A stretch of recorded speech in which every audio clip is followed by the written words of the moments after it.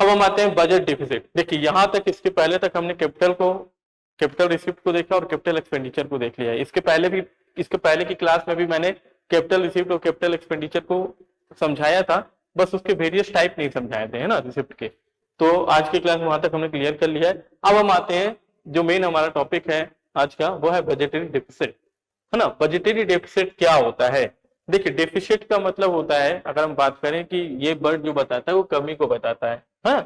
तो हम बात करते हैं budgetary deficit can be termed as the excess of the total government expenditure. देखिए ध्यान रखिएगा, किसकी बात कर रहे हैं? टोटल गवर्नमेंट एक्सपेंडिचर एक्सेस है over the total revenue generation in the financial year. मतलब ऐसा कोई बजट डेफिसिट कभी होता है जब गवर्नमेंट ने, है ना, इकोनॉमी में एक्सपेक्टेड एक्सपेंडिचर बहुत ज्यादा कर दिया है ना। मतलब देखा जाए गवर्नमेंट ने एक्चुअल में एक्सपेंडिचर बहुत ज्यादा कर दिया है, और जो हम टोटल रिवेन्यू गवर्नमेंट को जनरेट होनी थी वो क्या हो गई? कम हो गई। क्लियर हो रहा है?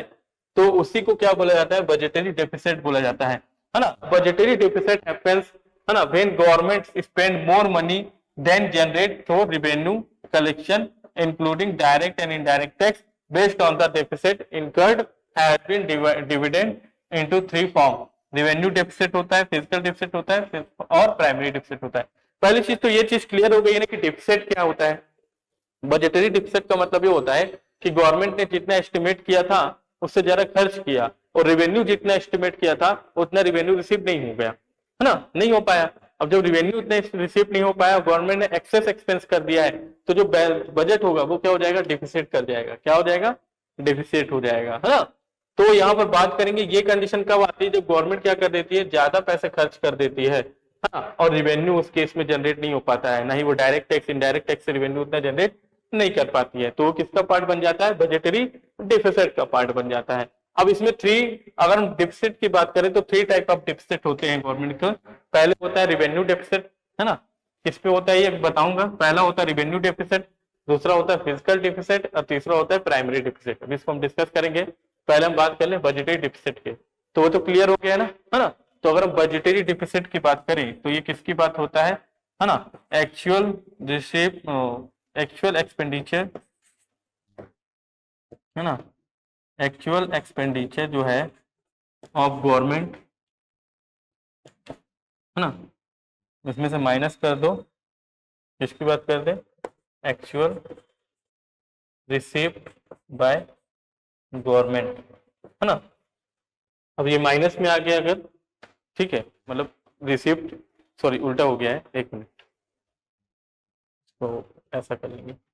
रिसिप्ट जो है, सिंपल सी चीज है, रिसिप्ट जो है गवर्नमेंट की, उसमें से एक्सपेंडिचर को लेस करना है बस, है ना। एक्सपेंडिचर ज्यादा हो गए तो आपका क्या होगा? बजटरी डेफिसिट हो जाएगा। क्लियर हो गया ये बजटरी डेफिसिट? बहुत ही सिंपल सी चीज है ना। अब हम आगे बढ़ते हैं इसमें। अब आते हैं रिवेन्यू डेफिसिट। तो रिवेन्यू डेफिसिट क्या होता है? तो देखो रिवेन्यू डेफिसिट क्या होता है, अगर हम रिवेन्यू डेफिसिट की बात करें तो the revenue deficit refers to the excess of, है ना, रिवेन्यू एक्सपेंडिचर। किसके ऊपर आ जाएगा? Excess of revenue expenditure over revenue income of financial year. मतलब जो रिवेन्यू इनकम है उसमें रिवेन्यू एक्सपेंडिचर ज्यादा हो जाए तो क्या हो जाएगा? रिवेन्यू डेफिसिट होता है, सिंपल सा, है ना। It mainly focus on the revenue aspect of the government. किसके ऊपर फोकस करता है? गवर्नमेंट के रिवेन्यू एस्पेक्ट के ऊपर फोकस करता है। लाइक रिवेन्यू एक्सपेंडिचर, है ना, revenue income received, revenue deficit happen due to insufficient of government fund meet expenditure. कब होगा? जब गवर्नमेंट के पास जो फंड है ना, रिवेन्यू इनकम जो है वो कम है, तो उस केस में वो गवर्नमेंट क्या करेगी? वहां पे एक्सपेंस को कंप्लीट नहीं कर पाएगी, है ना। तो एक्सपेंस यहाँ पे ज्यादा हो गए, तो भाई कौन सी कंडीशन आ गई? रिवेन्यू डेफिसिट की कंडीशन आ गई, है ना। तो कुल मिला के हमको इतना ध्यान रखना है, इस फॉर्मूले से बहुत जल्दी क्लियर हो जाता है। रेवेन्यू डेफिसिट इक्वल टू क्या होता है? Revenue expenditure minus revenue receipt. अगर रिवेन्यू एक्सपेंडिचर एक्सेस कर जाते हैं रिवेन्यू रिसिप्ट से, है ना, बात को समझना क्या बोल रहा हूँ। रिवेन्यू एक्सपेंडिचर एक्सेस है, रिवेन्यू रिसिप्ट कम है, तो वो कौन सा डिफिसिट होगा? उस केस में होगा रिवेन्यू डेफिसिट, है ना। क्या होगा? Revenue deficit. सिर्फ आपको दो चीज को देखना है, रिवेन्यू एक्सपेंडिचर ज्यादा हो जाएंगे और रेवेन्यू रिसिप्ट यहाँ पे कम होगी, है ना। अब आते हैं इम्प्लीकेशन ऑफ रिवेन्यू डेफिसिट। क्या क्या इम्प्लीकेशन है इसके रिवेन्यू डेफिसिट के? तो पहला है a higher revenue deficit indicate the government should either cut short expenditure on should increase its revenue income to meet consumption demand. देखो अगर हम बात करें कि जो रेवेन्यू डिफिसिट है वो बहुत ज्यादा हाइयर हो जाए यानी हाई हो जाए तो वो क्या इंडिकेट करता है, तो इंडिकेट करता है कि government should either cut short it's expenditure, मतलब गवर्नमेंट को अपने एक्सपेंडिचर कम करने चाहिए और रेवेन्यू को क्या करना चाहिए, इंक्रीज करना चाहिए टू मीट कंजम्पशन डिमांड, है ना। किसके थ्रू करना चाहिए, डिमांड कंजम्पशन के थ्रू। मतलब क्या होना चाहिए यहाँ पे देखा जाए तो कोशिश ये करती है गवर्नमेंट, जब भी रेवेन्यू डिफिसिट हाई होता है तो पहले तो यही कोशिश है कि रेवेन्यू डिफिसिट को कम करेगी। इसके लिए क्या करना पड़ेगा, उसके एक्सपेंडिचर को कम करना पड़ेगा सबसे पहले, है ना। तो कम करेगी पहले, है ना, जैसे स्कॉलरशिप जा रहा है या फिर कुछ और एक्सपेंडिचर है जो गवर्नमेंट के हो रहे हैं लेकिन उसका कुछ बेनिफिट गवर्नमेंट को नहीं मिल रहा है तो उसको कम करने की सोचेगी। फिर दूसरा है revenue deficit indicate the insufficiency of the government fund, है ना। रेवेन्यू डिफिसिट किसको बताता है कि गवर्नमेंट के पास फंड की क्या है, कमी है ना, to meet regular recurring expenditure within the proposed budget, है ना। किसके लिए कम फंड की कमी है, जो रेगुलर एक्सपेंडिचर है उसको गवर्नमेंट पूरा नहीं कर पा रही है, तो ये भी एक उसका इंडिकेटर है। फिर है it indicate that the government is unable to save, है ना, ये भी बताता है कि गवर्नमेंट जो है वो unable to save and its using saving of other sector due to non fulfilment of its consumption need which is hampering the saving of the other sectors, है ना। कहीं ना कहीं अगर रेवेन्यू डिफिसिट बढ़ रहा है तो गवर्नमेंट ये क्लियर कर लेती है, तो ये समझ में आता है कि गवर्नमेंट जो है वो सेविंग नहीं कर पा रही है या फिर वो सेविंग्स को क्या करे किसी और सेक्टर में यूज कर रही है ना, जिससे उसको उतना बेनिफिट नहीं मिल रहा है, मतलब उसकी जो फुलफिलमेंट होनी चाहिए उसके कंजम्पशन की, उसकी नीड्स की, वो कंप्लीट नहीं हो पा रही है। तो ये भी इंडिकेट होता है यहाँ पे अगर रेवेन्यू डिफिसिट क्या हो जाए आपका क्रिएट हो रहा है कहीं पर। तो एक और इंडिकेटर क्या होता है, तो revenue deficit implies that the government has to harm, है ना, capital received by either increasing its liability through borrowing. किसकी बात कर रहे हैं, देखो revenue deficit implies that government has to harm its capital received by either increasing liability through borrowing reduce the assets by the disinvest। देखो कई बार क्या होता है रेवेन्यू डेफिसिट अगर ज्यादा है और गवर्नमेंट को उसको क्या करना है, कम करना है, तो उसको फिर रेवेन्यू तो रिसिप्ट नहीं हो रही है तो उसको क्या करना पड़ेगा, कैपिटल रिसिप्ट के थ्रू पैसा लाना पड़ेगा, यानी कि डिसइन्वेस्टमेंट करना पड़ेगा या फिर लोन लेना पड़ेगा और फिर उससे क्या करेगी, अपने रेवेन्यू डेफिसिट को क्या करेगी, कम करेगी, है ना।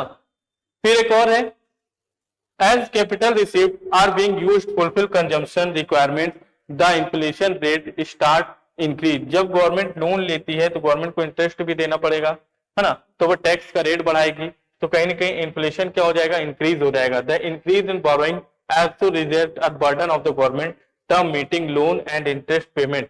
इससे क्या होगा, जब भी गवर्नमेंट लोन लेती है ना तो गवर्नमेंट को इंटरेस्ट और लोन पेमेंट का बर्डन आता है और उस बर्डन को गवर्नमेंट कम करने के लिए क्या करेगी, सिंपल सी चीज है, टैक्स बढ़ाएगी। टैक्स बढ़ाएगी तो प्राइस में इंक्रीजिंग होगी, प्राइस इंक्रीज होगा तो मार्केट में क्या आएगा, इन्फ्लेशन आएगा और इन्फ्लेशन आएगा तो कहीं ना कहीं क्या हो जाएगा, आपका रेवेन्यू डिफिसिट क्या करेगा, फिर से इफेक्ट करेगा। तो कहीं ना कहीं ये कुछ इम्प्लीकेशन है जब आप रेवेन्यू रिसिप्ट की बात करेंगे या रेवेन्यू डेफिसिट इकोनॉमी में क्रिएट हो जाता है तो गवर्नमेंट पहले अपने एक्सपेंडिचर को कम करती है ना। दूसरी कंडीशन पे वो ये सोचती है कि जहां पर रेगुलर रिकरिंग हो रही है एक्सपेंडिचर की, है ना, प्रोपोज्ड बजट में, है ना, उसके लिए इनसफिशिएंसी वो यही बताता है कि वहां पर बजट के लिए उसके पास पैसा नहीं गवर्नमेंट के पास। फिर थर्ड ये बताता है कि जो ऐसे सेक्टर्स हैं जहां पर गवर्नमेंट सेविंग्स को क्या कर रही है, अदर सेक्टर में यूज कर रही है ना। जैसे एक सेक्टर अगर लॉस में है तो दूसरे सेक्टर की सेविंग को उस सेक्टर में जाके यूज कर लेगी, है ना। कोई एक सेक्टर प्रॉफिट में और एक सेक्टर लॉस में, उसको बैलेंस करना है तो इसका सेविंग क्या करेगा, उसमें यूज कर लेगी गवर्नमेंट, है ना। या फिर क्या करेगी कैपिटल रिसिप्ट को बढ़ाएगी, यानी कि लोन वगैरह लेगी और जब लोन लेगी तो गवर्नमेंट को मार्केट में क्या होगा, इन्फ्लेशन हो जाएगा। तो ये सब कुछ इसके इम्प्लीकेशन है ना, जो रेवेन्यू रिसिप्ट में सामने आते हैं, डिफिसिट में काम आते हैं, सामने आते हैं। अब आते हैं major to revenue reduce revenue deficit. आप कैसे रेवेन्यू डेफिसिट को कम कर सकते हैं, तो अगर देखा जाए तो इम्प्लीकेशन जो इंडिकेटर्स थे उनको अगर हम उल्टा कर दें तो कहीं ना कहीं इसको कम कर सकते हैं। जैसे the government should take step to control और overcome the revenue deficit with the first one being, है ना, क्या करे गवर्नमेंट, अपने एक्सपेंडिचर को क्या करे, रिड्यूस करे, है ना, बाय द गवर्नमेंट, है ना। फिर सेकेंड क्या करे, this can be done avoiding the unnecessary unproductive expenses. और इसको कैसे किया जा सकता है, गवर्नमेंट क्या कर सकती है, देखो अननेसेसरी एक्सपेंसेस जो हो रहे हैं या जो एक्सपेंस का गवर्नमेंट को कोई बेनिफिट नहीं मिल रहा है तो गवर्नमेंट पहले उन एक्सपेंसेस को क्या कर देती है, कम करती है, यानी कि रिड्यूस करती है। तो पहला तो यही बनता है कि रिड्यूस करना पड़ेगा क्या चीज, एक्सपेंडिचर जो कि अनप्रोडक्टिव एक्सपेंसेस हैं उनको। फिर the second thing that should be done is to increase the revenue income and receive can be through tax and non tax method. Government क्या कर सकती है बेटा, टैक्स बढ़ा सकती है, पेनल्टी बढ़ा सकती है, इन सब चीजों के थ्रू, है ना, टैक्स और नॉन टैक्स मेथड्स को इंक्रीज कर सकती है। उससे क्या होगा, गवर्नमेंट की रेवेन्यू रिसीट बढ़ेगी, और जब गवर्नमेंट की रेवेन्यू रिसीट बढ़ेगी तो वो रेवेन्यू डिफिसिट को क्या कर सकती है, बैलेंस कर सकती है। बहुत सिंपल सा है, ठीक है। तो रेवेन्यू डिफिसिट को अगर हम मेजर कर रहे हैं, उसको बैलेंस करना है, उसको रिड्यूस करना है इकोनॉमी में, तो ये दो स्टेप हम यहाँ पे कर सकते हैं।